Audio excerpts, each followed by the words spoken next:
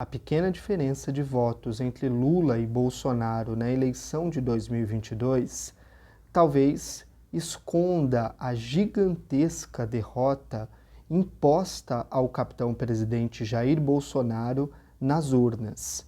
Neste vídeo, nós vamos conversar a respeito do capital político de Bolsonaro, o presidente que sofreu a maior derrota política do Brasil. O meu nome é Janderson Lacerda e a América Latina é aqui.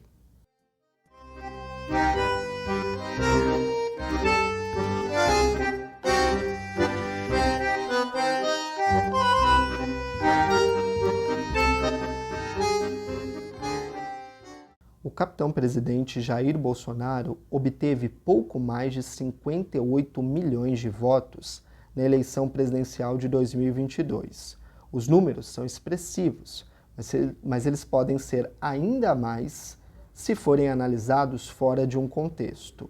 Isso porque o capitão presidente Jair Bolsonaro não conseguiu se reeleger. E pior, ele assistiu seu adversário Luiz Inácio Lula da Silva vencer o pleito eleitoral e, ao mesmo tempo, bater o seu próprio recorde. Ou seja, Lula obteve pouco mais de 60 milhões de votos e alcançou a maior votação da história do Brasil.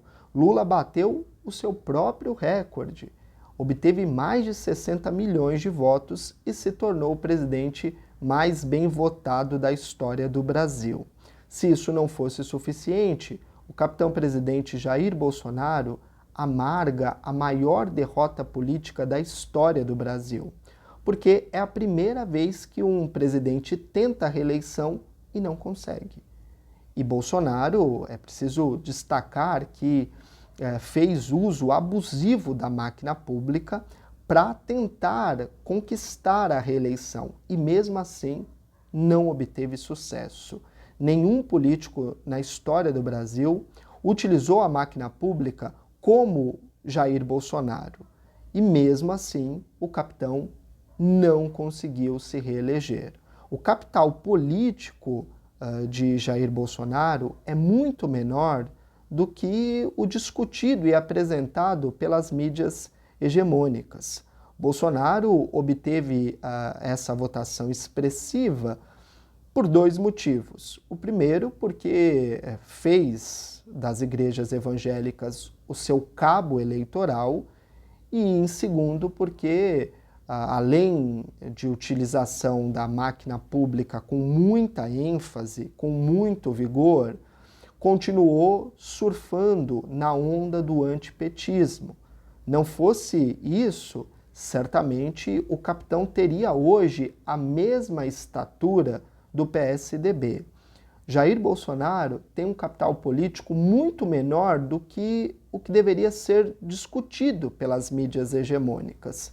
Acho pouquíssimo provável que ele consiga, em 2026, se puder ser candidato, vencer o pleito eleitoral para a presidência da República do Brasil. Não significa que o bolsonarismo irá desaparecer, muito pelo contrário.